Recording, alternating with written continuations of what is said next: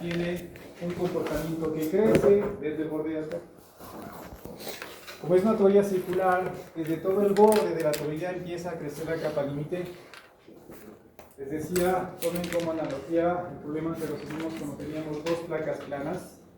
Cada placa generaba capa límite y llegaba a un punto en el cual las capas límites se cruzaban. Lo mismo ocurre. Desde todo el borde empieza a crecer la capa límite, pero claro, ahora tal vez para que les resulte más fácil, posiblemente se genere una especie de un cono hasta que las capas límites se cruzan en algún punto. ¿Sí? Consecuentemente, ¿sí? Está creciendo,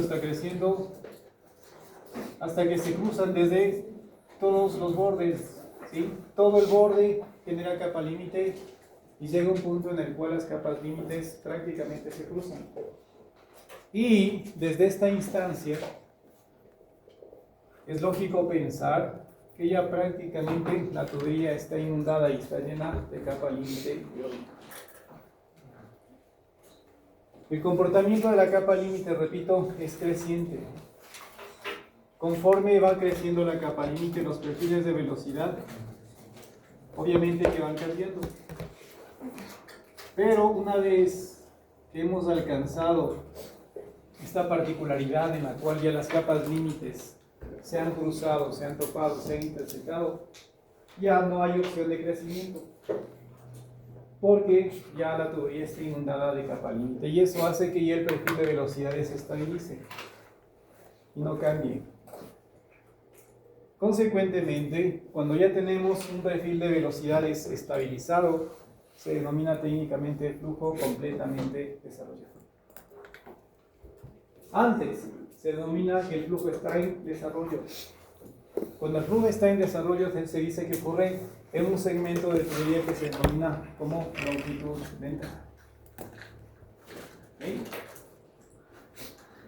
Ahora, ¿cómo nosotros podemos estimar cuánto tiene que recorrer el fluido o qué segmento de tubería tiene que recorrer el fluido, para que el flujo adquiera esta configuración de ser completamente desarrollado? Hay muchas correlaciones, hay muchas formas de hacerlo, pero tal vez lo más común es que yo correlacione o utilice mucho lo que son grupos dimensionales y muchas de las veces la longitud de entrada se expresa en función de qué, en función del número de reinos, multiplicado tal vez por un factor de forma que puede incluir tal vez el diámetro de la tubería. ¿Bien? Por ejemplo, fíjense, ahí me dice que el flujo por envío de una teoría circular, Prandtl encontró que el espesor de la capa límite, ¿sí?, el delta, está relacionado de la siguiente forma, y ahí me está correlacionando el espesor de capa límite sobre el diámetro interno de la teoría, igual a 34,2 sobre 0,5 por Reynolds elevado a la 0,875. ¿Sí? Entonces, claro, con esta relación ustedes pueden darse cuenta que podríamos nosotros estimar el espesor de la capa límite en el interior de la teoría. Pero claro, está el modelo, esta correlación asociado o restringido a lo que es régimen laminar.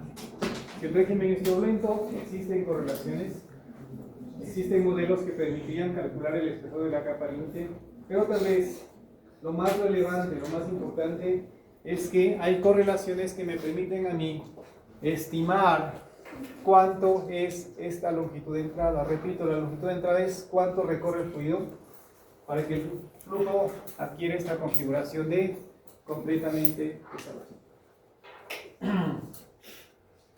Más adelante me parece que tengo las correlaciones, pero esencialmente es una función del número de Reynolds y se multiplica por un factor de forma, que puede ser la relación entre justamente la longitud de entrada versus el diámetro interno de la tubería. Y obviamente va a cambiar y va a ser diferente, porque no es lo mismo que el régimen de flujo en la tubería sea laminar a que sea tubo. Pero hay correlaciones que me permitirían a mí estimar este segmento de tubería. Ahora bien, con fines prácticos, ¿qué es lo que se hace? Suponer que es despreciable esta longitud de entrada, es decir, suponemos que cuando el fluido se pone en contacto con la tubería, automáticamente tiene ya esta característica de ser un flujo completamente desarrollado. Porque ya vamos a darnos cuenta, los cálculos reales, de que claro, una tubería generalmente tiene longitudes que superan el metro, 2 metros, 5 metros de longitud. Y esta longitud de entrada a veces representa que 30, 50 centímetros, 20 centímetros, 10 centímetros, 10 centímetros respecto de 10 metros de tubería, nada. ¿Sí? Entonces, muchas de las veces, o eso es lo que nosotros vamos a hacer, vamos a suponer que esta longitud de entrada es despreciable en comparación con la longitud total de la tubería por donde el fluido se está moviendo. Pero tengan presente de que la capa límite está presente en la tubería, se está desarrollando, pero claro, llega un punto en el cual la capa límite, ¿no es cierto?, se cruza, se interseca por este crecimiento continuo desde todo el borde de la tubería. Y cuando ya inunda completamente la tubería y el perfil de velocidades es único, se estabiliza y tenemos un flujo completamente desarrollado.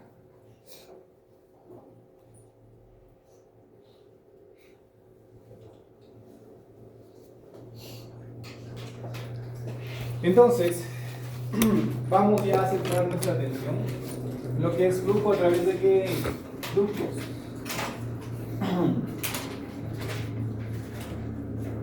Nuestro idioma, el castellano, el español, saben que es muy rico en el hecho de que podemos utilizar muchos términos, sinónimos, que eventualmente pueden significar lo que. Sin embargo, un poco, tal vez para tratar de homogenizar la terminología que vamos a utilizar, generalmente nosotros hablamos de tubería cuando el ducto es circular. ¿Sí?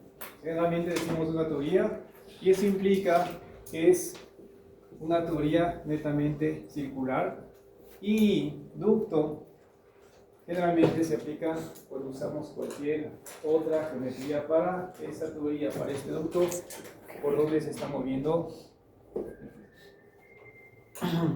Tengamos presente eso. Ahí tenemos una representación fiel de lo que pasa en la tubería. Ahí está representado adecuadamente que el perfil de velocidades, esa tendencia parabólica que representa cómo la velocidad va cambiando si yo modifico la posición. Y vamos a ligar esto que acabo de explicar acerca del flujo completamente desarrollado, del por qué nosotros nos despreocupamos de la posición, de la distancia desde el borde de ataque para calcular el número de reinos, y incluso para calcular el espesor de capa límite y definir y establecer que el perfil de velocidades ya no cambia. Si ustedes recuerdan, cuando trabajábamos con una superficie plana, yo calculaba el número de reinos como densidad, velocidad, distancia desde el borde de ataque sobre viscosidad. ¿Qué pasaba ahí? Que el reinos cambiaba si modificaba la posición desde el borde de ataque. Ahora, por esta característica de que ya el perfil se ha estabilizado porque la tubería se ha inundado completamente de capa límite, hace que ya el perfil de velocidad sea único. Por eso también yo trabajo con una única velocidad media que no depende de la precisión. No me interesa si el fluido ha recorrido 1 centímetro, o ha recorrido 1 metro, o ha recorrido 10 metros. Porque ese perfil de velocidades es invariable una vez que ya el flujo es completamente desarrollado. Eso hace que si yo tengo un único perfil de velocidades, yo pondré y saque una velocidad media que es única y que caracteriza ese movimiento del fluido por toda la tubería. Por esa característica a mí ya no me interesa, vuelvo y repito, lo que tiene que ver con qué, con distancia del borde. Por eso, para calcular el Reynolds, ya no utilizo posición desde el borde de ataque, sino algo que es invariable, que es justamente que el diámetro interno de la tubería. Y ojo con lo que estoy diciendo, diámetro interno, si bien es cierto, por lo pronto, de forma sencilla y fácil, lo único que yo he dicho es, el fluido se mueve por una tubería de 2 pulgadas. Pero claro, hay que tener presente que la tubería es un cuerpo físico y que tiene un espesor. Por lo tanto, ¿no es cierto? La tubería tiene un diámetro interno y tiene un diámetro externo. La diferencia es del espesor. ¿Qué es lo que a mí me interesa? Justamente ese diámetro que define el recorrido, el espacio por donde se mueve el fluido, diámetro interno de la tubería. ¿Sí? Entonces, repitiendo, como les decía, una vez que el flujo ya es completamente desarrollado, ese perfil es invariable, indistintamente del recorrido, 10 centímetros o 1 kilómetro. Al ser único el perfil de velocidades, si yo pondero esa distribución de velocidades, tengo una única velocidad media, que es justamente la que utilizamos para cuantificar el caudal, al multiplicar esa velocidad media por la sección transversal de la tubería. Aquí ya no me interesa el recorrido desde esta lógica de una velocidad media y del perfil de velocidades. ¿Sí? Por eso es importante que discriminemos la fenomenología a nivel de ¿qué? De un flujo externo, de un flujo interno. Placa plana, el flujo externo. Todo lo que vimos, los fundamentos que utilizamos, lo que vimos, lo que revisamos a nivel de capa límite cuando les explicaba el movimiento del fluido sobre una placa plana, es un flujo externo. El movimiento del fluido sobre una tubería o por el interior de la tubería es flujo interno. Esto obviamente es más que entendible, ¿no? Sobre todo el movimiento, el uso de tuberías o de ductos para movilizar y transportar fluidos es algo muy común en la práctica industrial. ¿Sí? A pesar de que tengamos movimiento, flujo de fluidos por el interior de tuberías, la capa límite está presente. Vamos a tener que discriminar la turbulencia que tiene el fluido cuando se mueve por la tubería, por lo tanto, vamos a utilizar el número de Reynolds.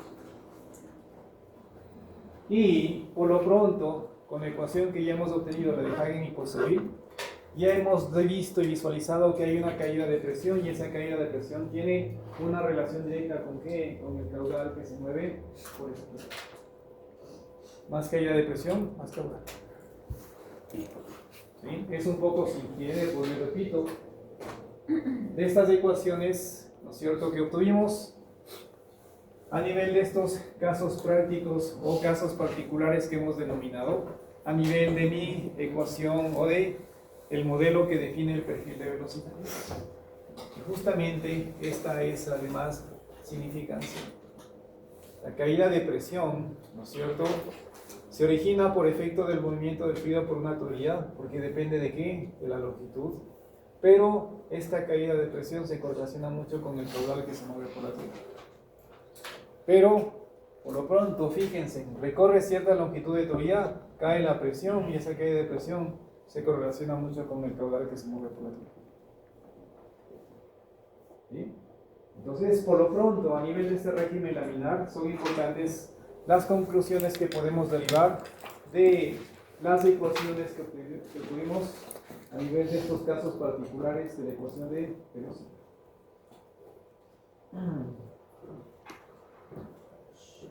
¿Qué más?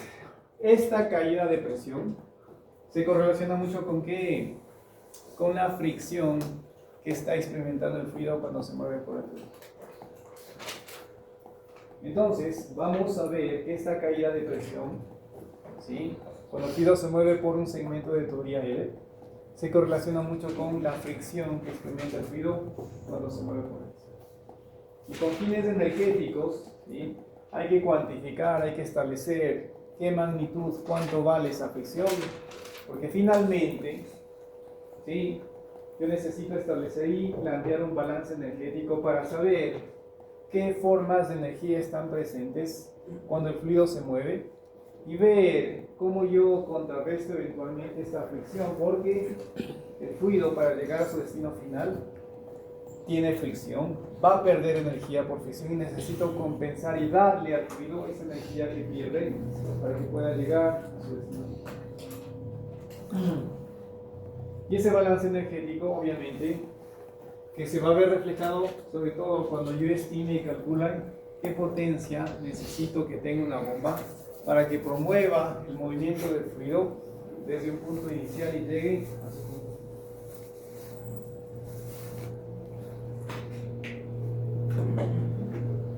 ¿Sí? Por lo pronto, hemos aplicado, ¿no es cierto?, balances de cantidad de movimiento y hemos obtenido, lo más importante por lo pronto, ecuaciones de velocidad. Pero claro, ustedes se habrán dado cuenta que esas ecuaciones tienen restricciones, sobre todo desde la lógica de que se aplican únicamente a régimen laminar, estado estacionario y todo lo demás, pero tal vez lo más restrictivo es que se aplican únicamente a régimen laminar. ¿Sí? Ahora bien, cuando yo movilizo, cuando un fluido se mueve por una teoría, como les decía ayer de forma irónica, no es que yo siempre voy a restringir el movimiento a que sea el mismo, porque son las ecuaciones que yo domino, que yo conozco. A nivel industrial, el fluido se mueve por una teoría dependiendo obviamente de las necesidades de la empresa. Y no voy a restringir mi necesidad empresarial o de industria a que el régimen sea netamente laminar, porque son ecuaciones que yo los conozco. ¿Qué vamos a hacer ahora? Vamos a tratar de extender, ¿sí?, estas ecuaciones básicas por lo pronto que hemos obtenido, de forma tal que yo pueda manejar todos los distintos regímenes de flujo que puede experimentar el fluido cuando se mueve una turbina. ¿Sí? Entonces, esto que ustedes ven acá se va a visualizar. El régimen laminar.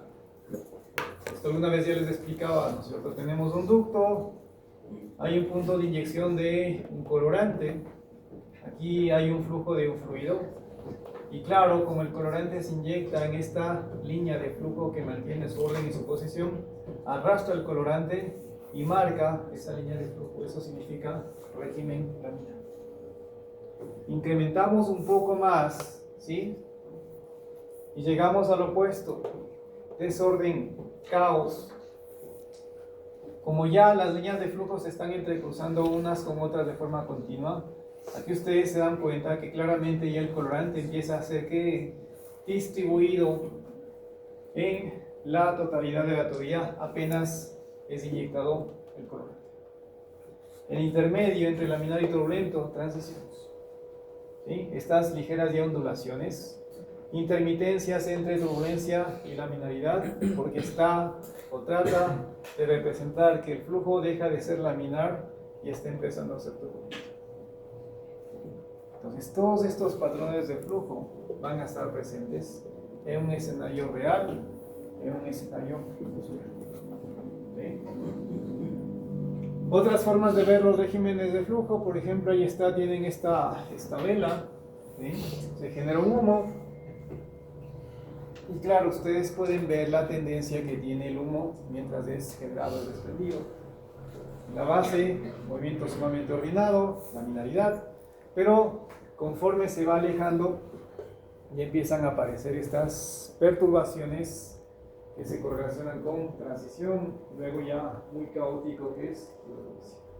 Como ustedes ya saben, la turbulencia la correlacionó o la puede interpretar muy bien a nivel del número de Reynolds, que correlaciona las fuerzas inerciales versus las fuerzas viscosas. Como les decía, esa capacidad del cuerpo, del objeto, en este caso del fluido, de mantener su movimiento respecto de este efecto de fricción, de restricción, de limitación del movimiento. ¿Sí? Lo que ya explicaba a nivel de la región de entrada, la longitud de entrada, el espesor de la capa límite crece en la dirección del flujo, eso es invariable. Como les decía, el mero hecho de que ya el fluido interactúa con una superficie hace que el fenómeno de la capa límite se presente. Y este crece conforme el fluido se mueve, es decir, en la dirección del flujo, y nos dice que crece hasta que su espesor es igual al radio de la tubería. Repito, tomo como ejemplo las dos placas paralelas entre sí. ¿Cuál fue el punto que me sirvió para encontrar la solución? Entender que las capas límites se van a cruzar en un punto en el cual van a ocupar la mitad de la separación, ¿no es cierto? Por eso, si mal no recuerdo, la separación entre placa y placa era 1 centímetro, y dedujimos y entendimos que las capas límites como máximo pueden crecer hasta qué punto, hasta que ocupen la mitad de la separación. Aquí lo mismo. ¿Cuál es la parte central, perdón, de la tubería? El radio. ¿Sí? Entonces, como van creciendo desde los bordes, como máximo van a crecer hasta cuánto, hasta que el espesor sea igual al radio de la tubería. Exactamente lo mismo, pero repito, teniendo presente que es un ducto circular y desde todos los bordes están creciendo las capas límites, consecuentemente, ¿sí? El espesor va a ser igual al radio de la tubería y va a ocupar completamente la tubería. Cuando eso ocurre, ya tenemos el flujo completamente desarrollado. A veces también otras denominaciones de región de entrada, región de flujo en desarrollo, longitud de entrada hidrodinámica, y una vez que ya la tubería está completamente llena de capa límite, tenemos ya esto de flujo completamente desarrollado. Entonces aquí está la longitud de entrada cuando tenemos un régimen laminar. Podemos estimar como 0,05 multiplicado por el Reynolds multiplicado por el diámetro de la tubería. Si el régimen de flujo es inferior, o el Reynolds que calculamos es inferior a 2300, yo puedo estimar la longitud de entrada con esta correlación. Si A, el régimen de flujo es turbulento,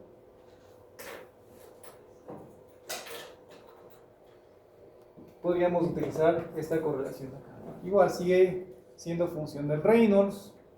Como les decía, hay un factor de forma. Cuando hicimos el trabajo de obtener o de entender la teoría de Biddle y Buckingham aplicado a flujo de fluidos, obtuvieron varios números adimensionales, pero uno de ellos es, posiblemente sacaron el sobredeo, si utilizábamos lo que denominaba como la rugosidad de la tubería, podrían haber obtenido esta relación de dos unidades de longitud como grupo dimensional. Esta relación de dos dimensiones, ¿sí?, generalmente a nivel de fenómenos de transporte y operaciones unitarias se denomina como factor de forma. Es el equivalente de la escala, ¿no es cierto? Ustedes seguramente han visto diagramas, han visto prototipos o hay estos famosos autos a escala y les dice factor de escala, no sé, 1 versus 3000, 1 versus 200. Es exactamente lo mismo. Es comparar la longitud, ¿no es cierto?, de mi unidad de escala versus la unidad real a nivel de unidades de longitud. ¿Sí? Es como un factor de escalamiento. Es algo similar y por eso se denomina como un factor de forma, que es muy común a nivel de fenómenos de transporte y operaciones unitarias. ¿Sí? De hecho, eso a la larga no es más que una proporción también. Implícitamente tal vez ustedes ya lo han utilizado en algo que tal vez ustedes denominan como escalamiento. Y es como la famosa regla de 3, ¿no es cierto? Ustedes posiblemente hacen algo a nivel de laboratorio, ¿no es cierto? Hacen la formulación, no sé, el invento de un shampoo, de un detergente. Y ustedes trabajan, no sé, como base de cálculo quieren generar, no sé, el invento, 10 litros de shampoo.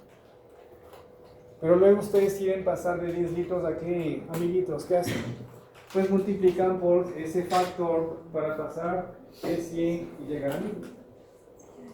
¿Sí? Es exactamente lo mismo. Es como un factor de escalamiento para nivel geométrico. Porque estamos correlacionando dos unidades de longitud. Y justamente eso es lo que se puede ver acá. Tienen un L sobre D. Factor de forma, 0,05 multiplicado por 2. Lo mismo acá, pero claro, aquí el Reynolds está elevado a otra potencia y tenemos otro factor. Pero en definitiva, con estos modelos, con estas ecuaciones, yo puedo estimar y establecer y calcular qué valor tiene esta longitud de entrada. Ahora bien, en este diagrama, fíjense, aquí tenemos una tubería. Y esta tubería está acoplada posiblemente a un tanque o cualquier otra cosa. Cuando ustedes ven o visualizan un sistema o una red de tuberías, tienen la tubería, pero esta tubería está acoplada ya sea a tanques, a equipos, están acopladas unas tuberías con otras, tienen válvulas, tienen accesorios, y claro, justamente esto representa ese cualquier acople que tiene la tubería hacia otro equipo, hacia otro accesorio. Y esto en definitiva es más que una perturbación de entrada. Lo mismo va a pasar acá, la tubería se va a acoplar a otro tanque, a otro equipo, lo que fuese, otra perturbación. Por lo pronto, lo que interesa es que aquí el fluido empieza a interactuar con la tubería. La capa límite tiene que empezar a crecer. Sigue creciendo, crece hasta que el espesor es como máximo el radio de la tubería. Eso significa que ya la tubería está completamente llena de la capa límite, flujo estabilizado a nivel de su perfil de velocidades, flujo completamente estabilizado. ¿Sí? Región de entrada. Y lo que siempre les decía, el fluido se está moviendo en esta dirección. Hay un perfil de velocidades. En este punto, en la superficie, el fluido se adhiere, principio de adherencia. Se detiene porque la tubería está estática. Y eso lo puedo concebir como que yo estoy aplicando un esfuerzo cortante inverso o en dirección opuesta al movimiento para ocasionar que el fluido se detenga en este punto. Por eso, en este punto tengo el máximo esfuerzo cortante que soporta la superficie y que lo puedo entender a nivel de que de un coeficiente de fricción multiplicado por qué, por la energía cinética que tiene el fluido. Aquí también yo puedo calcular el coeficiente de fricción. De hecho lo debo de hacer porque a la larga algo que interesa acá es cuantificar cuánto representa la fricción dentro de la energía que tiene el fluido para moverse. ¿Qué más? Aquí estoy representando cómo va cambiando el esfuerzo cortante conforme incrementa, ¿sí?, la longitud, el recorrido, la distancia que recorre el fluido en la tubería. ¿Sí? Esfuerzo cortante en función de la longitud de la tubería, representado por X. Mientras yo tengo esta región de entrada, ustedes se dan cuenta que el esfuerzo cortante va disminuyendo. Aquí es muy similar a placa plana, a la superficie, a la capa límite. El fluido empieza a interactuar con la tubería, el fenómeno de la capa límite es puntual, se detiene porque tengo un esfuerzo cortante infinito, sumamente grande, que ocasiona que todo el fluido se detenga. Incremento, ¿no es cierto?, recorrido, distancia desde el inicio de la tubería, y hay más movilidad, ¿no es cierto?, hay ya una región de capa límite en donde los efectos de la viscosidad son apreciables. Acá, por encima de la capa límite, pues prácticamente el fluido se mueve con su misma velocidad. Pero ya significa que hay una región, un colchón, en donde los efectos de la viscosidad son apreciables. Ya hay movilidad y es consecuencia de que, o eso permite entender por qué ya el esfuerzo cortante no es tan infinitamente grande como ocurría al inicio, cuando todo el fluido prácticamente se detenía en este punto. Sigue disminuyendo. Pero una vez que ya tenemos el flujo completamente desarrollado, el esfuerzo cortante es constante. ¿Por qué? Porque el perfil se ha estabilizado, porque tenemos una única velocidad media y porque toda la tubería está inundada de capa límite, que hace que ya prácticamente el esfuerzo cortante sea constante. Por eso a mí ya no me interesa la posición. Por eso aquí no nos complicamos la vida estableciendo o definiendo como una variable de relevancia la distancia desde el borde de ataque. La longitud de la tubería con fines de cuantificar velocidad media caudal, incluso vemos ahora coeficiente de fricción, ¿sí?, no depende de la longitud de la tubería.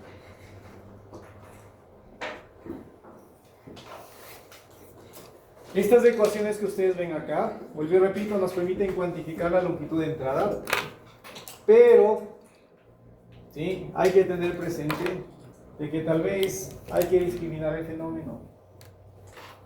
A veces hablamos de transferencia de calor, a veces hablamos de que transferencia, flujo de fluidos por tuberías. Para cada fenómeno la longitud de entrada es diferente. ¿Sí?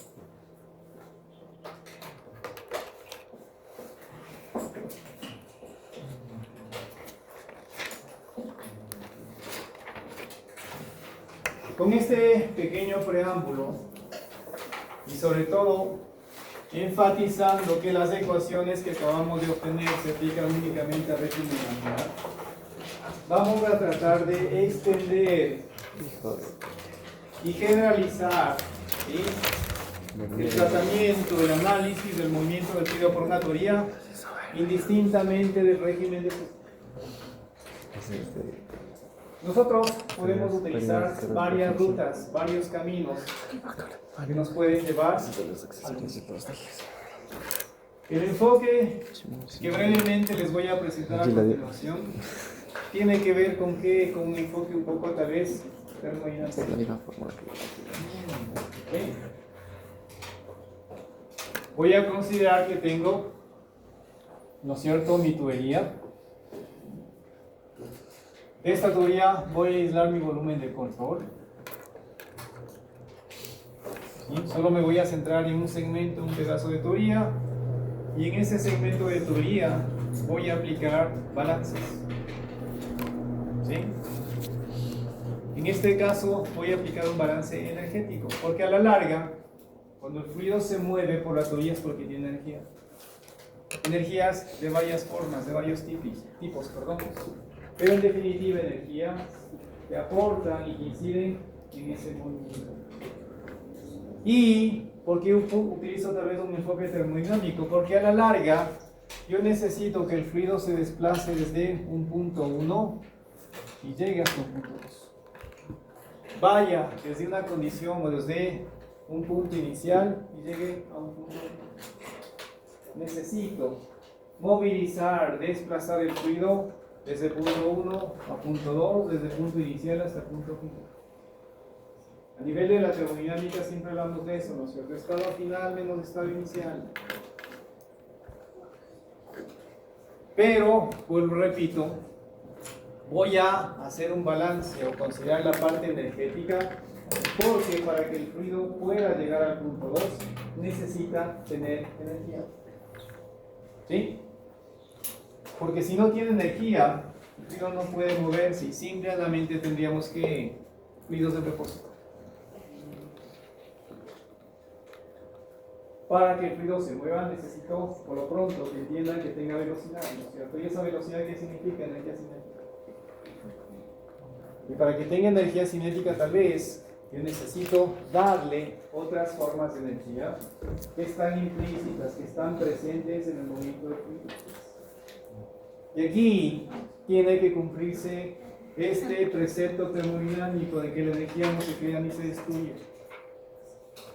El fluido va a tener una energía total invariable siempre. Lo que va a pasar es que yo voy a tener muchas formas de energía que van a tributar esa energía total y que conforme el fluido se mueve, la característica o esta energía total se va a mantener. Lo único que va a pasar es que las distintas formas de energía se van a transformar.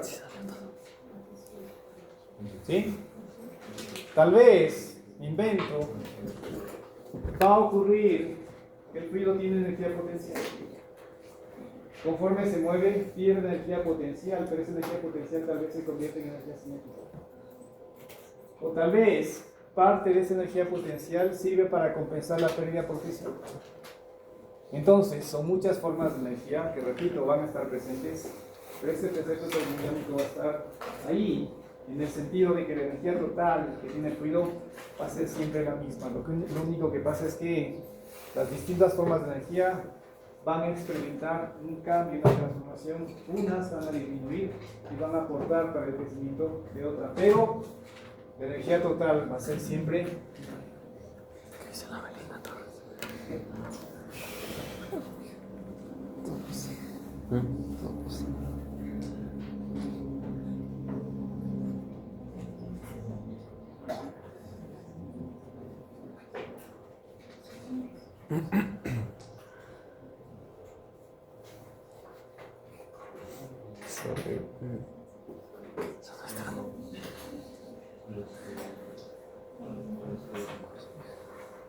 Entonces, les decía, voy a tomar como referencia un segmento, un pedazo de tubería, que será mi volumen de control. Le voy a dar este tinte un poco termodinámico porque voy a plantear un balance energético entre punto 1 y punto 2, inicio, final, punto de partida, punto de llegada del fluido. Y voy a utilizar un poco esta parte termodinámica para plantear el balance energético. ¿Bien? Ustedes en cálculos básicos ya seguramente abordaron problemas incluso hasta más complejos, ¿sí? En donde igual voy a tener corrientes que entran y corrientes que salen a nivel de mi bloque, de mi volumen de control, en torno al cual voy a aplicar mis balances, ¿cierto? Tengo múltiples corrientes que entran y puedo tener también múltiples corrientes que salen. Desde esta lógica, ¿no es cierto?, de un balance energético, aquí que estoy planteando, ¿qué es calor menos trabajo? Energía interna. Calor menos trabajo, ¿no es cierto? Si mal no recuerdo, es igual a energía interna. Pero claro, aquí estoy tomando o tengo que tener presente de que son varias formas de energía las que están presentes acá. Pero en términos generales, estoy tratando de plantear el balance energético acá. Calor menos trabajo igual a que la diferencia en el contenido energético, tomando en cuenta todas las formas de energía que pueden estar presentes acá. ¿Sí? Ahora bien, esto en el caso de que yo tenga múltiples corrientes que entran y múltiples corrientes que salen. Cuando ustedes hacen un balance, ¿no es cierto?, incluso hasta con reacción química, esto lo quitan. Sumatoria, ¿no es cierto?, de las energías a la salida menos sumatoria de todas las formas de energía a la entrada, y eso es igual a la variación en el contenido energético del sistema, que puede concebirse con estas variedades termodinámicas como calor menos trabajo. ¿Por qué? Porque a la larga son formas de energía que están en tránsito, que pueden movilizarse, que pueden transportarse y que pueden incidir, ¿no es cierto?, en el contenido energético, en este caso, de mi sistema. Pero en definitiva, aquí simplemente estoy planteando la parte termodinámica. Y claro, recordarán que aquí es fracción de la corriente multiplicada por su energía, ¿no es cierto? Por eso aquí tengo estas sumatorias, en donde tengo un flujo másico multiplicado por la variable energética que es de interés. Pero, repito, esto es simple y llanamente el inicio de un balance que lo plantean a nivel de cálculos básicos, tomando como referencia la parte termodinámica. ¿Sí? Entonces, calor menos trabajo, aquí me está diciendo sumatoria, ¿no es cierto?, de los flujos básicos por las distintas formas de energía que se van a tomar en cuenta. Si mal no recuerdo, en termodinámica hablan de como energías específicas, ¿no es cierto?, a nivel de energía interna, entalpía y similares, que es básicamente la energía por unidad de masa. Por eso, cuando le multiplican por el flujo másico, ya obtienen globalmente el aporte de las distintas formas de energía. ¿Qué formas de energía se están tomando en cuenta acá? Entalpía, energía potencial y energía cinética. ¿Sí? Cuando nosotros hablamos de energía interna, hablamos de muchas formas de energía, ¿no es cierto? Las más representativas, entalpía, energía potencial, energía cinética. A la entrada y a la salida. ¿Sí? Ahora bien, aquí me está hablando de entalpía, me está diciendo que la entalpía depende de qué, de la presión, de la temperatura, obviamente que depende de este flujo másico, pero aquí este pi, ¿qué creen que representa? Ustedes que han tomado termodinámica, cálculos básicos, porque ahí se está planteando que la entalpía depende de presión y temperatura, que es lógico, que depende también del flujo másico, de la composición, pero ahí me está poniendo el pi, ¿qué representa eso?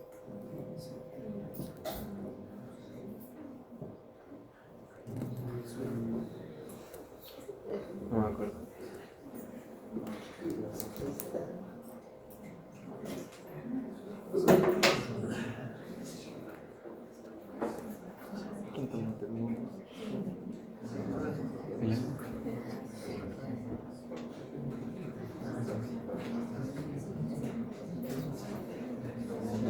el chiridoro.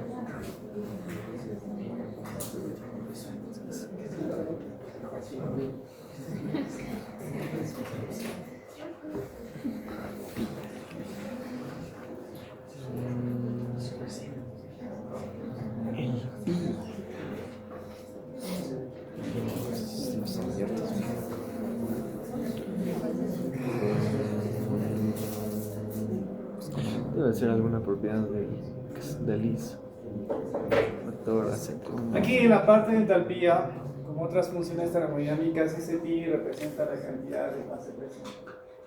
Puede ser que a veces ustedes tengan una corriente que esté 50% líquido, 50% vapor. Sea líquido saturado, sea vapor saturado. Eso representa el pi. Si es líquido, si es vapor, o si es una mezcla de líquido más vapor. Algo muy lógico, chicos. Siempre les repetiré, fenómenos de transporte es una materia integradora. Y cuando ustedes transportan un fluido con una tubería, ese fluido puede ser unifacial, bifacial, trifacial, las fases que sean, incluso en componentes. Pueden tener flujo multifacial. Por eso es importante la cantidad de fase presente. Energía potencial es más que obvio, ¿no es cierto? Energía cinética también. Energía cinética a nivel de qué? De movilidad. La movilidad es sinónimo de velocidad. Energía potencial es diferencia de posiciones. ¿Sí?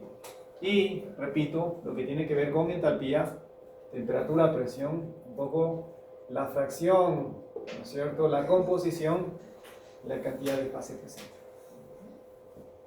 ¿Sí?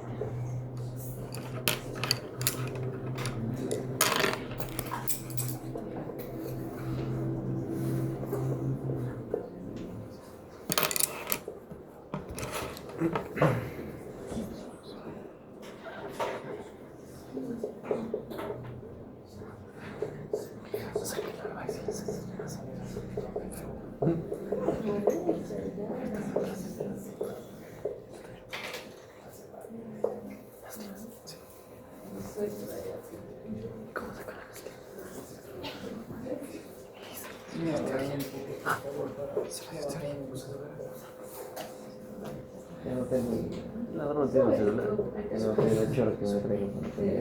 Tiene el chorro capaz. 04.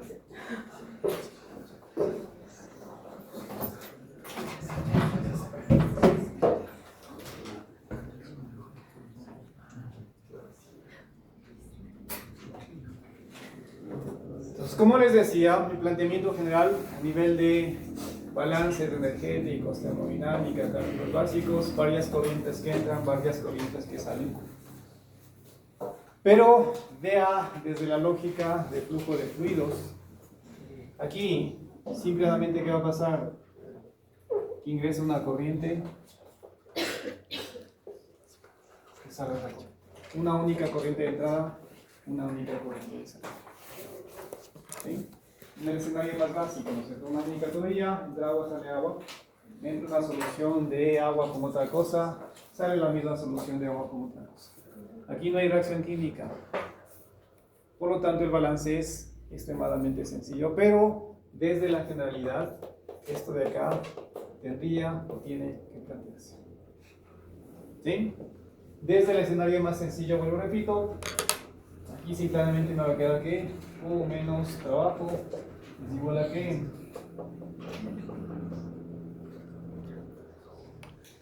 le podemos poner a la variación de energía potencial más la variación de energía cinética y más la variación de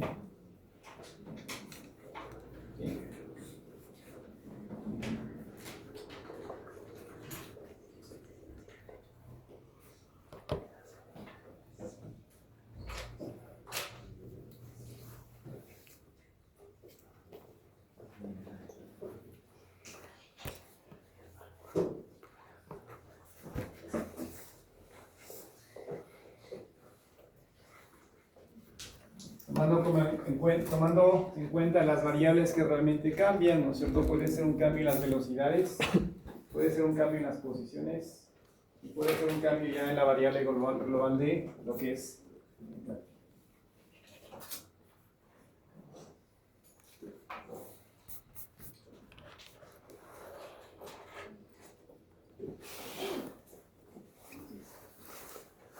Ahora bien,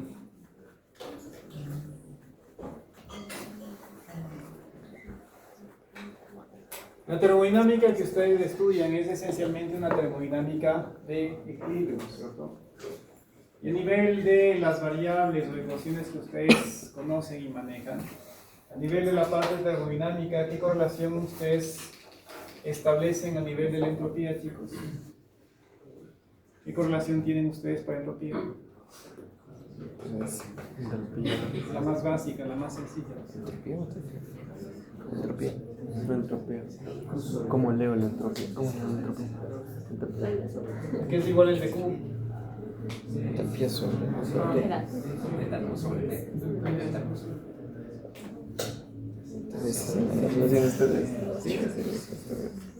de Q es igual a T por D, ¿no es cierto? La famosa derivada del calor sobre entropía es igual a la Termo 1. ¿Qué más?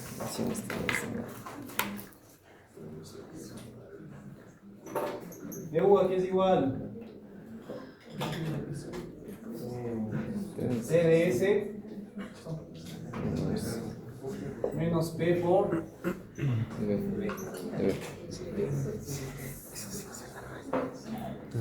Eso. Sí. Eso.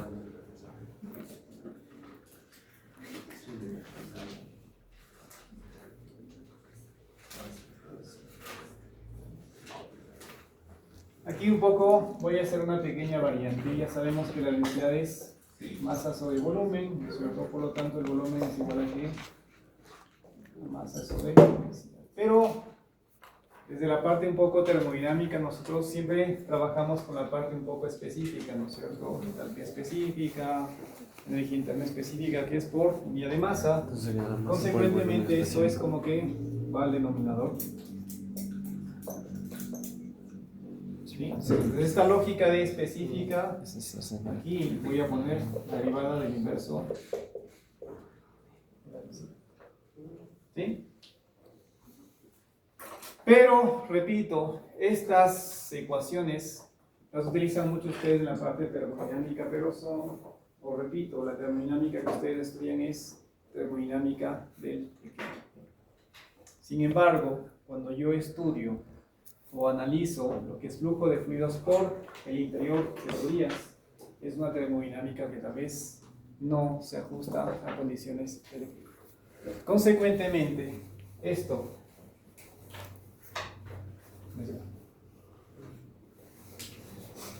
¿sí? ¿Y por qué digo que no es del equilibrio? Porque el sistema, ¿sí?, que yo estoy analizando a nivel de flujo de fluidos por tuberías no se encuentra en el equilibrio. ¿Qué condiciones caracterizan el equilibrio termodinámico, chicos? Está estacionario. Eso termina. Por lo bajo hay 3 o 4. ¿Cómo definen ustedes que un sistema se encuentra en equilibrio termodinámico? Primero hablan de un equilibrio térmico, ¿no es cierto? Aquí podría considerarse que sí, porque siempre les digo, suponiendo consideraciones isotérmicas, ¿no es cierto? ¿Eso qué significa? Que no hay cambio de temperatura del sistema. ¿Qué más? Más que variación de concentración, es variación en los potenciales químicos de los componentes presentes en cada fase. Aquí estamos hablando de un único sistema, agua, una solución de lo que fuese, cuya concentración no cambia. No estamos haciendo mezcla porque me interesa el movimiento y el desplazamiento de un conjunto como tal. No estoy analizando transporte o transferencia de masa. Considero que lo que se está movilizando tiene una composición fija y definida que no está cambiando mientras circula por la turbina. Por lo tanto, podríamos suponer que I cumplimos con equilibrio térmico, equilibrio de potenciales químicos. ¿Qué otra condición me falta? Equilibrio mecánico, ¿qué significa qué? ¿Qué significa el equilibrio mecánico? Que las presiones son las mismas. ¿La presión es la misma? No. Ya les he dicho que cuando el fluido se mueve por este segmento de tubería, ¿qué pasa? Pierde presión. La presión aquí es diferente de la que tengo acá. Por eso, aquí no hay equilibrio y no puedo aplicar las ecuaciones termodinámicas que ustedes vieron. Porque el fenómeno no es un fenómeno que se adapte o que se ajuste a las condiciones de equilibrio termodinámico. ¿Por qué? Porque la presión ahí no es la misma, no hay equilibrio mecánico. Por lo tanto, esto ya no se cumple.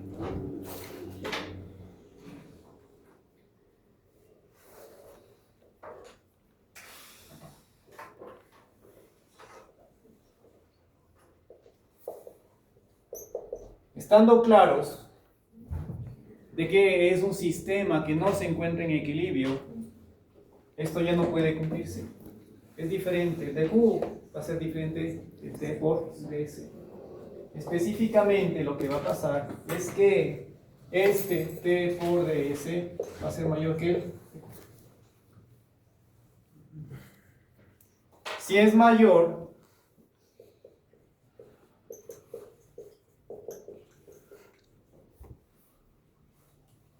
básicamente puedo establecer que el T por el ds va a ser el de Q más un algo, para que marque esta diferencia. Esto es mayor que lo de acá. Consecuentemente, este debe de tener algo más para que me permita recuperar esta figura de igualdad. Pero, repito, como ya no tengo un sistema que se encuentra en equilibrio, esto es diferente. Y específicamente el T por el ds es mayor que el de Q. Si le quiero poner la igualdad, igual al de Q, pero más o menos.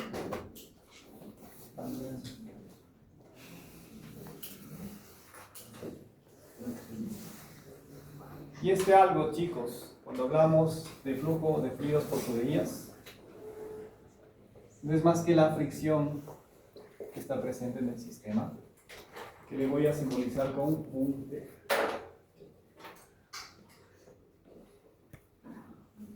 ¿Sí? Lo que les decía, un poco me anticipé hace un rato. Con la ecuación de Hagen y Ponsonby, que aplica el régimen laminar, aplicando los balances, ¿sí? Obtuvimos una ecuación de velocidad. Y en esa ecuación de velocidad, cuando ya aplicamos el caso particular para encontrar el caudal, sacamos una velocidad media. Pero ahí vimos que en un segmento de tubería L hay una caída de presión. Lo subcero prima menos P prima L. Había una caída de presión cuando el fluido se mueve por un segmento de tubería L, por eso el L estaba en el denominador.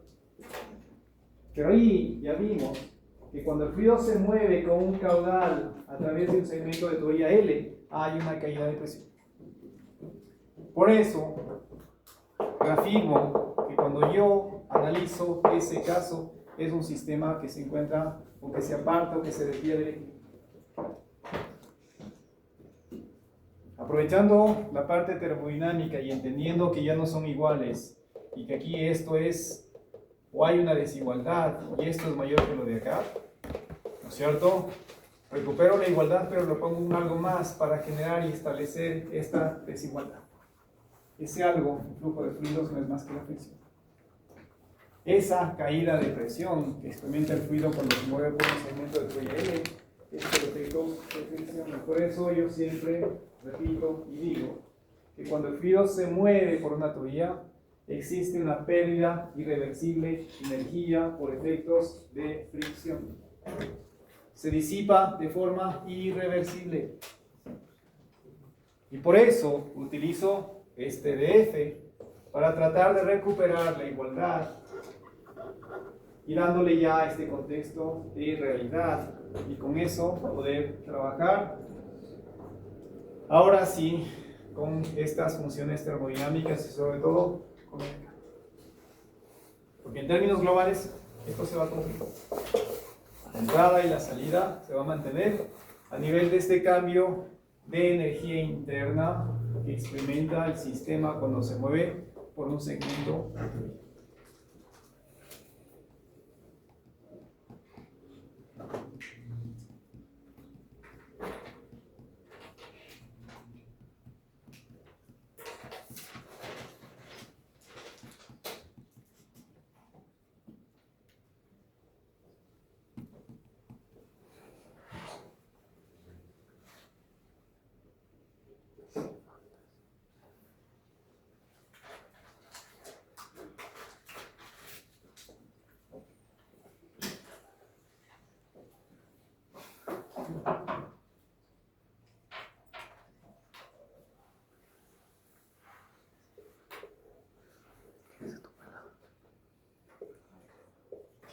Pues vamos a tratar de juntar esta ecuación con la de Cruz.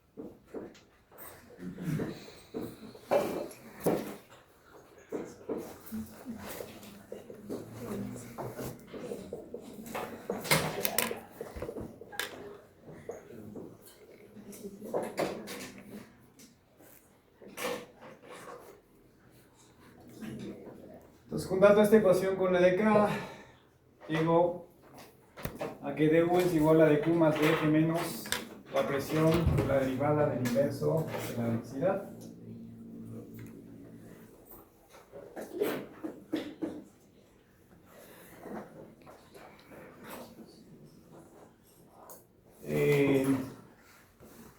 Termodinámicamente, ¿cómo se correlaciona la entalpía con la energía interna, chicos? ¿Qué ecuación me permite generar esa correlación?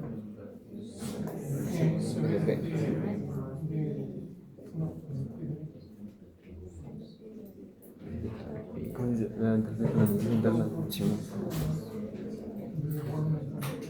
¿Qué es igual de H? H es igual a VDP. dU más VDP. ¿sí?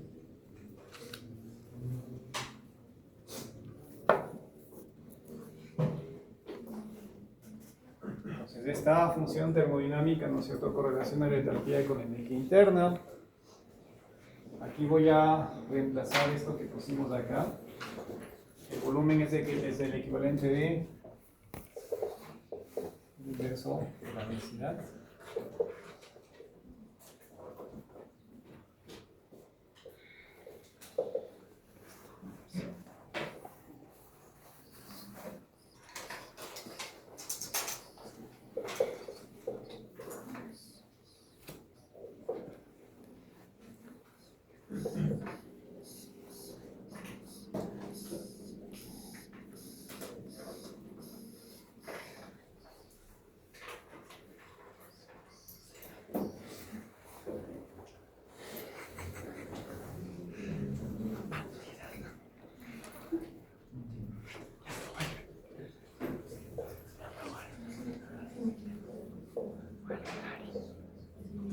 Lo otro que pueden hacer es esto, ¿no? Pero, pues lo repito, aquí aparece el tema de esta parte específica, por eso hago este reemplazo de acá. Ahora bien, vamos a juntar las dos ecuaciones y ver qué obtenemos finalmente.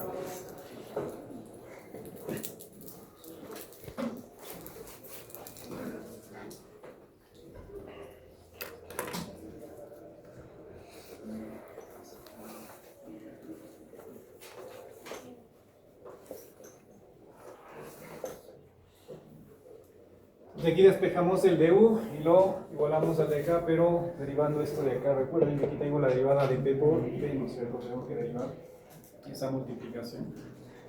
Al hacer el reemplazo, me doy cuenta que aquí se simplifica este con el de acá.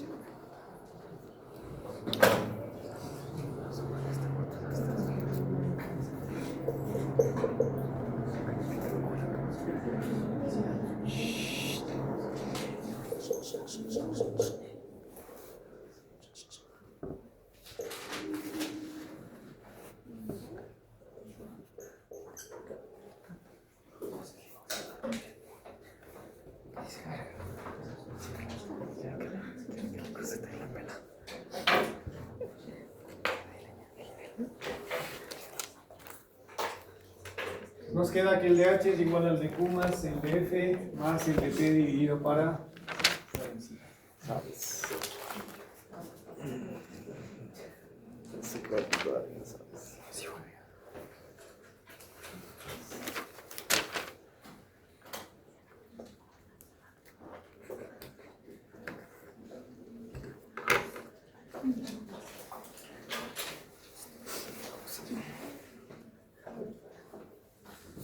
Finalmente lo que vamos a hacer es incorporar esto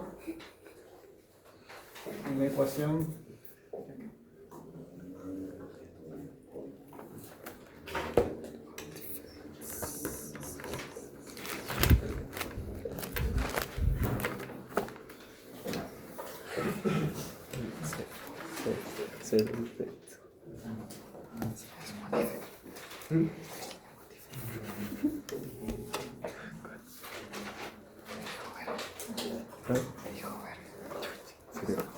este DH sería específicamente acá, ¿no?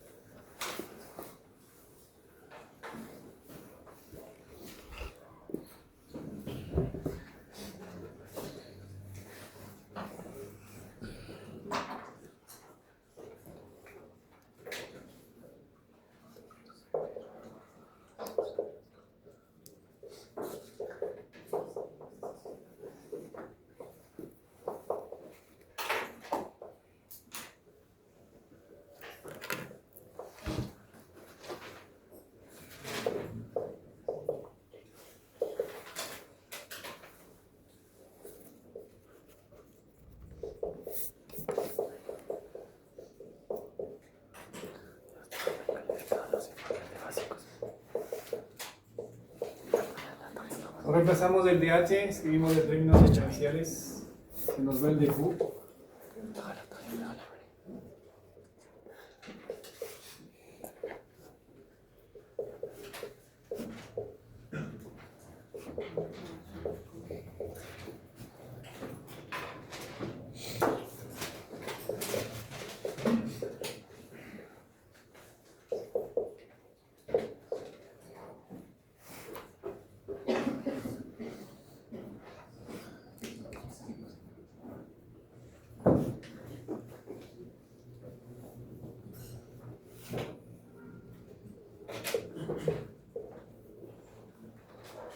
Hacemos un ligero cambio en lo que es la energía cinética y finalmente llegamos a esta ecuación.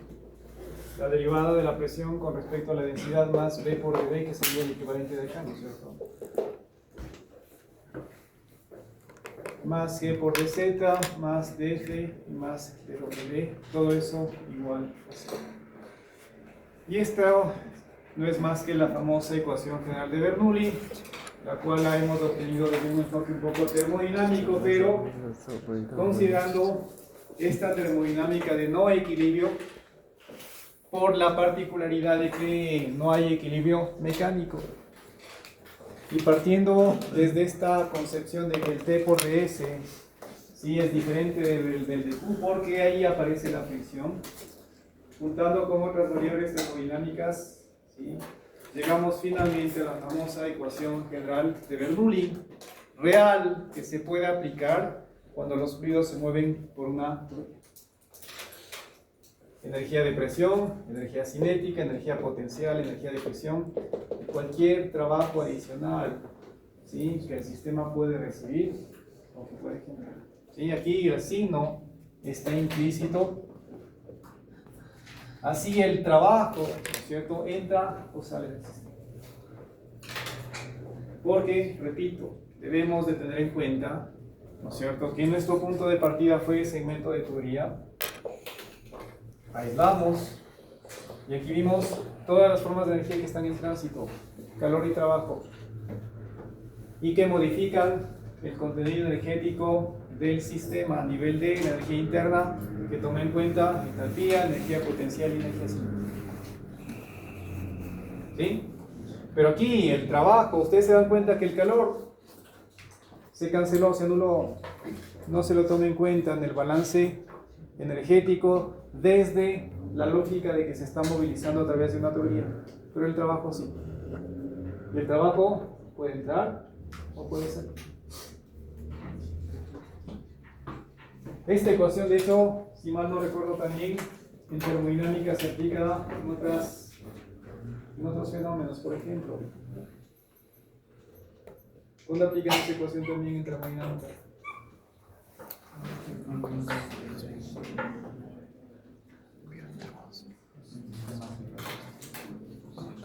Cuando ven ciclos termodinámicos, cuando ven compresores, sí es posible que ustedes apliquen esa ecuación.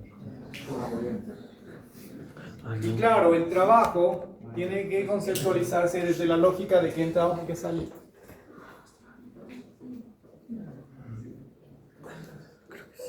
En términos prácticos, cuando el fluido se mueve por una tubería, es imposible que yo genere trabajo por el simple hecho de que el fluido se mueva por la tubería. Más bien yo tengo que darle energía extra, adicional, para que el fluido pueda moverse por la tubería. Y consecuentemente aquí el signo que realmente debe de aparecer aquí. Por eso muchas de las veces este término a veces se lo simboliza como un más menos. Pero ya a nivel de flujo de fluidos por tuberías es menos. Porque está ingresando. Esto es un poco a veces contradictorio, a veces que genera confusión, ¿no es cierto? Cuando ustedes hablan de, por ejemplo, sistemas endotérmicos, sistemas exotérmicos, son o reflejan escenarios de los cuales el sistema puede generar trabajo o el sistema necesita la introducción, de calor. Pero, ¿no es cierto?, a veces, cuando hacen los balances, el poner los signos a veces es un poco contradictorio, ¿no es cierto? Endotérmico o exotérmico, a veces el más o el menos. Es un poco difícil de entender la lógica de cómo se ponen los signos. Pero tal vez, desde la lógica del trabajo al cual estamos haciendo referencia aquí, tal vez véanlo desde la perspectiva económica. Si el sistema está en capacidad de generar trabajo, de generar energía, esa energía se la puede vender. Tiene un efecto neto positivo. Pero si ustedes necesitan darle energía, darle trabajo al sistema, eso significa que le están dando o significa un ingreso económico negativo. Cuesta. Lo otro lo pueden vender positivo. Acá necesitan el suministro de energía, darle energía y eso tiene un costo. Y tal vez desde esa lógica y desde esa perspectiva pueden ponerle de mejor forma encima. Aquí, vuelvo y repito, es imposible que yo consiga generar trabajo por efecto de que el fluido simple y llanamente se mueva por la tubería. También necesito darle trabajo y ese trabajo no es más que la presencia y la posible participación de la bomba que está presente en mi sistema de tuberías y que induce y promueve el desplazamiento y el movimiento del fluido a través de la tubería. Repito, hemos hecho una ruta netamente termodinámica. Desde mi punto de vista era más fácil de entenderla y que me permite llegar a este concepto. Hay otra ruta que un poco es más complicada, que toca hacer balances, tomar en cuenta la fricción, muchos aspectos adicionales, ¿sí? Pero esta ruta un poco termodinámica me sirve bastante bien porque me permite, desde esta lógica de un fenómeno irreversible, de un sistema en no equilibrio, incorporar eso que genera el desequilibrio y que es la fricción y que le correlaciona mucho con la caída de presión. Con esa pequeña modificación finalmente llegamos a la famosa ecuación general. Ecuación que la vamos a utilizar para el análisis, para el estudio de sistemas de redes de turbias. Esta ecuación, chicos, en definitiva, no es más que una ecuación que refleja un balance energético.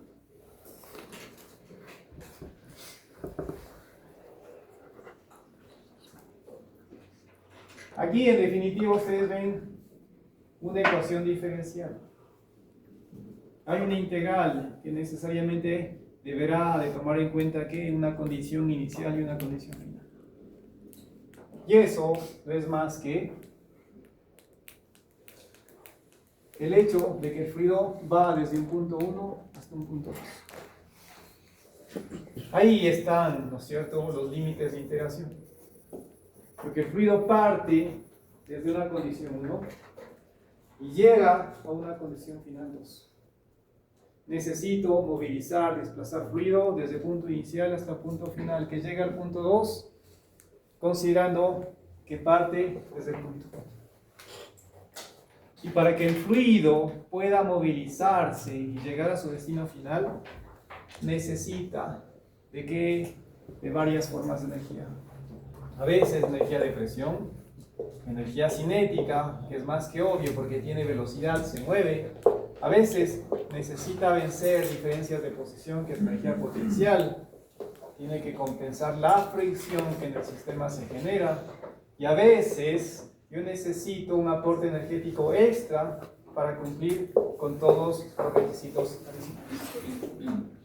Cuando un fluido se mueve por una tubería, muchas de las veces yo necesito que en el punto 2 llegue con cierto caudal, que llegue con cierta presión, que llegue con cierta altura. Y para que cumpla con todos estos requisitos, a veces necesito energía adicional, y esa energía adicional viene ¿de dónde? De la bomba. Si no existiese la bomba, tengo menos grados de libertad para que el fluido cumpla con estos requisitos. Pero repito, si yo necesito que al destino final el fluido llegue con caudal, llegue con velocidad, llegue a cierta altura y sobre todo se mueva por cierta longitud, necesito muchas de las veces un aporte energético adicional que me está dando ¿quién? La bomba. Y adicionalmente, para que el fluido llegue a su destino final, también tengo que vencer ¿qué? La fricción que en el sistema se genera por efecto del recorrido del fluido a través de la tubería. ¿Sí? Entonces, para que el fluido se mueva por la tubería, tiene que tener energía. Varias formas de energía. Y esas varias formas de energía tienen que darme y proporcionarme la energía suficiente para vencer la fricción que en el sistema se está generando. Chicos, entiéndanme bien. La lógica de esta ecuación general de Bernoulli es que refleja un balance energético, porque hay muchas formas de energía que son de tipo mecánica. Entonces, la ecuación general de Bernoulli es un balance de energía mecánica, en donde me está dando a entender que para que el fluido se mueva por una tubería necesita de varias formas de energía que le permiten al fluido llegar a su destino final con caudal, presión, vencer altura y sobre todo vencer la energía que de forma irreversible se pierde por efectos de fricción cuando el fluido se mueve por cierta longitud de fluido. Si no se cumple ese balance energético, chicos, simple y eternamente el fluido no llega a su destino final.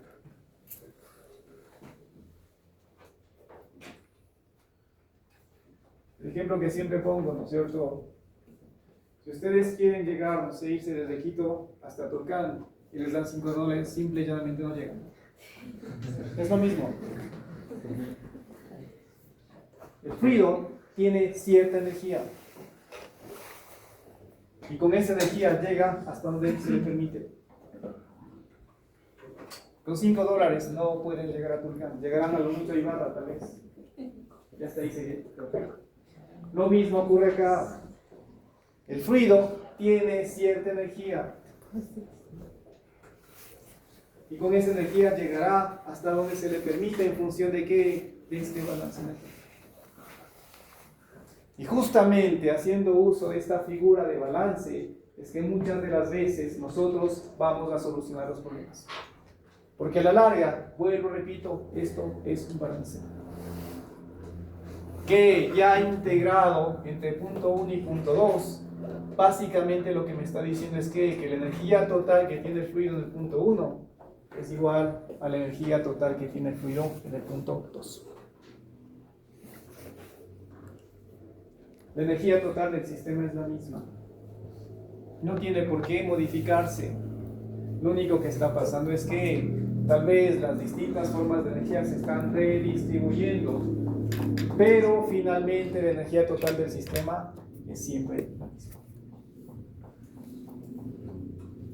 Muchas de las veces, ¿sí?, yo trabajaré con la ecuación completa. ¿Cuántos términos tiene? 1, 2, 3, 4, 5 términos. A veces, dependiendo del sistema, yo podré identificar y visualizar que tal vez cuando yo defino el alcance de mi sistema y no está la bomba, ¿qué pasará? No tendré que tomar en cuenta el término de la bomba. A veces no hay diferencia de alturas, es decir, entre punto 1 y punto 2 no hay desnivel. ¿Qué pasa ahí? En la energía potencial no existe cambio de energía potencial, por lo tanto este término también se anula. Entonces muchas de las veces yo trabajaré con la ecuación completa o dependiendo de las características del problema, del sistema en el cual estoy trabajando, se anularán 1, 2 o varios términos de esa ecuación. Y ahí viene la lógica de balance. En ocasiones, ¿sí?, cuando ustedes solucionaban un balance de masa, un balance de energía y tenían un proceso bastante complejo, ¿cuál era su estrategia? Primero balance global, y luego ustedes discriminaban y establecían o redefinían el alcance de su sistema, tal vez en base a que un enfoque de grados de libertad, para tratar de ir resolviendo el problema. Lo mismo puede pasar acá. Yo puedo extender mucho el alcance de mi sistema, aplicar la ecuación general de Bernoulli, o disminuir el alcance de mi sistema y de forma idéntica en ese alcance del sistema disminuido seguir aplicando la ecuación general de Bernoulli. ¿Cuál será la diferencia? Es que tal vez cuando hago un balance global utilice los 5 términos, cuando hago un alcance un poco localizado se cancelarán y se anularán varios términos, y posiblemente eso me permita a mí que ir levantando información para que yo vaya solucionando el problema de forma global, de forma a la larga. No es más que plantear y resolver un balance de energía. ¿Con qué ecuación? La ecuación general de la energía. Chicos, cuando ustedes solucionan el problema, ustedes complican el problema o facilitan la solución del problema. Eso depende de ustedes. Y ahí está un poco la destreza que ustedes tienen que generar en el hecho de definir y establecer cómo establecen el alcance del sistema para que puedan solucionar el problema con la única ecuación disponible. ¿Cuál? Ecuación general de la energía. Esta ecuación es la que ustedes van a utilizar. Esta ecuación es la que vamos a emplear para solucionar problemas simples, problemas complejos. Ya vamos a ver más adelante que yo puedo tener redes de tuberías que están en serie o en paralelo, que tienen accesorios, que tienen desniveles, que necesitan bombas, varios problemas, y todos esos problemas con esta ecuación, a la que tal vez le voy a juntar otra ecuación que tiene que ver con ¿qué? Con continuidad. Velocidad igual, perdón, que el caudal es igual a velocidad por área, pero lo más correcto es que en realidad el flujo másico es constante.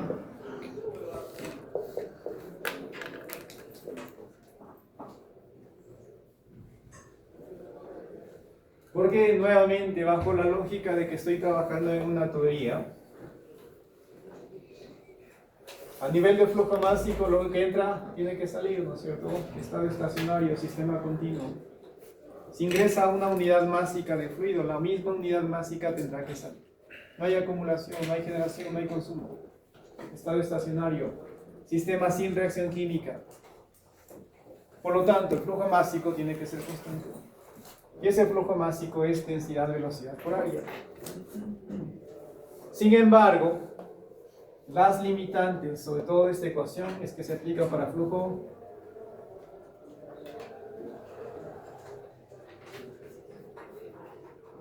incompresible.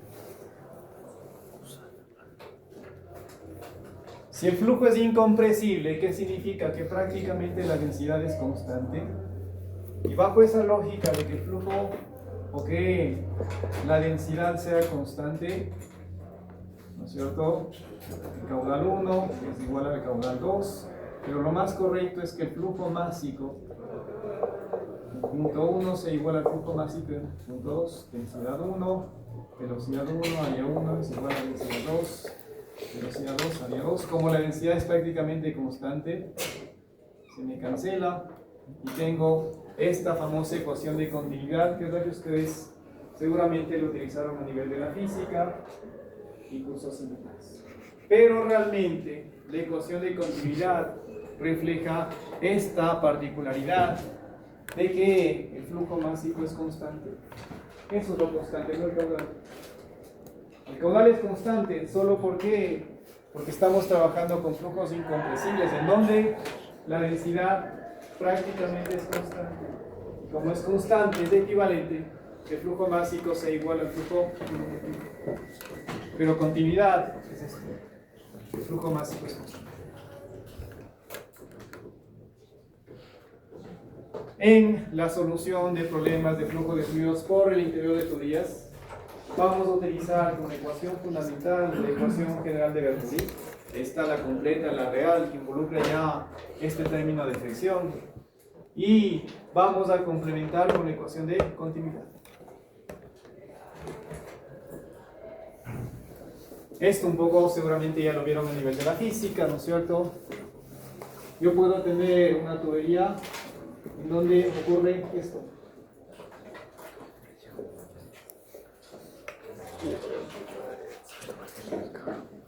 Nuevamente la lógica se mantiene. Mi fluido llega o parte desde un punto 1 y va hasta un punto 2.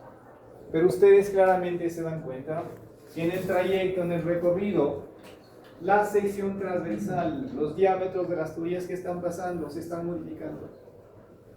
Hay una contracción y luego hay una expansión. Pero, ¿qué está pasando?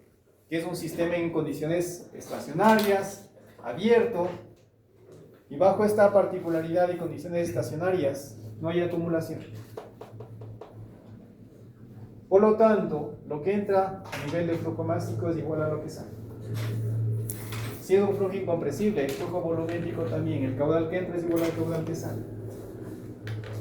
Pero para que eso se cumpla, aquí voy a llamar segmento A, segmento B, segmento C. Aquí, este caudal, ¿no es cierto?, es la velocidad que tiene el fluido en el segmento de tubería A multiplicado por su sección transversal. Aquí lo mismo, velocidad en B, sección transversal en B, velocidad en C, sección transversal en C. Para que el caudal permanezca constante, si yo modifico la sección transversal, ¿qué tiene que pasar con la velocidad? Que necesariamente tiene que cambiar. Si el caudal tiene que permanecer constante, ¿sí?, y modifico la sección transversal, repito, la velocidad tiene que cambiar. Si aumenta la sección transversal, para que haya este efecto de compensación, la velocidad tiene que bajar. Si disminuyo la sección transversal para compensar el efecto de disminución de sección transversal, la velocidad tiene que aumentar. ¿Por qué? Porque finalmente el caudal es constante. Tiene mucha lógica, ¿no es cierto? Hay una cantidad, hay un flujo másico determinado que tiene que pasar por una sección transversal reducida. ¿Qué tiene que pasar con esas moléculas? Que tienen que desplazarse más rápidamente por esa sección transversal comprimida. Aumenta la velocidad. En cambio, si yo incremento la sección transversal, esas mismas unidades másicas, esas mismas moléculas tienen más espacio para moverse. Lo pueden hacer más tranquilamente. Por eso baja su velocidad. Mucha lógica detrás de estas ecuaciones. Por lo tanto, estas ecuaciones, continuidad y ecuación general de Bernoulli, son las que nosotros vamos a utilizar en la solución de problemas. Pero, repito, ecuación general de Bernoulli, un balance de energía mecánica, que representa las distintas formas de energía que el fluido tiene. Y en ocasiones, como les decía, hacer un balance está restringido. Hay una igualdad que siempre deberá de cumplirse.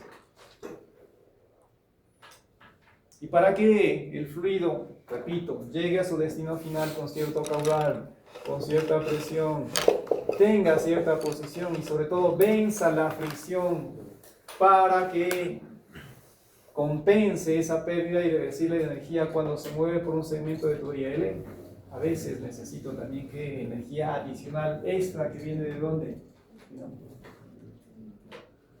Si no estuviese la bomba, hay una condición fija, inevitable, que permite que el balance se cumpla.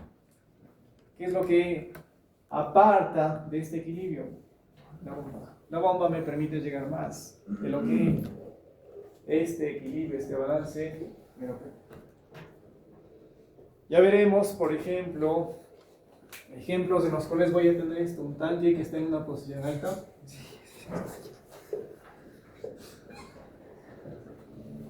Aquí me doy cuenta que hay una diferencia de qué, de energía potencial, y esa energía potencial promueve el desplazamiento y el movimiento del fluido del tanque en posición alta a posición baja.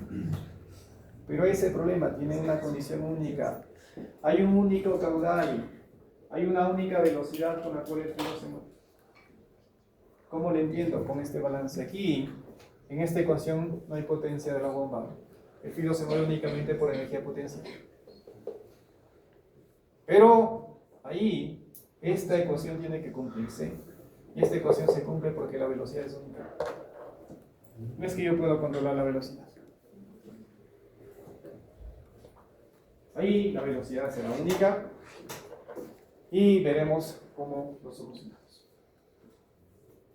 A nivel de esta ecuación, este término lo conocen. Este dP, ¿qué significa? Esencialmente las presiones que tienen en el punto 1 y en el punto 2. Es el cambio de presión. Es la variación de presión que necesariamente ocurre cuando el fluido se mueve por un segmento de tuberías. Cambio de velocidades. ¿Qué puede pasar esto? Yo puedo, ¿no es cierto?, aislar mi sistema. Ahí, aquí está punto 1, mi nuevo punto 2. En el punto 2 la velocidad es distinta a la velocidad del punto 1. Cambio en la energía cinética. Si yo aislase y trabajase únicamente en esta teoría, no hay cambio de velocidad, porque en punto 1 y punto 2 no hay modificación en la sección transversal, la velocidad es la misma. Energía potencial, lo que puede pasar acá. Si entre punto 1 y punto 2 existe un desnivel, hay energía potencial, y espero que ustedes entiendan que puede ser positivo o puede ser negativo con este caso. Puede estar más arriba o debajo, y eso incide en el signo que les pongan. El trabajo de la bomba, como les he dicho, esencialmente es la energía que a veces tendré que darle a mi sistema, a mi fluido, para que pueda llegar al final con ciertas características que no me dan o no me permiten la presencia exclusiva de presión, energía cinética o energía potencial. De esta ecuación ustedes ya conocen energía de presión, energía de velocidad o cinética, energía potencial, trabajo de la bomba. Lo único que no conocemos por lo pronto es cómo manejar lo inherente a fricción, que es justamente lo que veremos la próxima clase.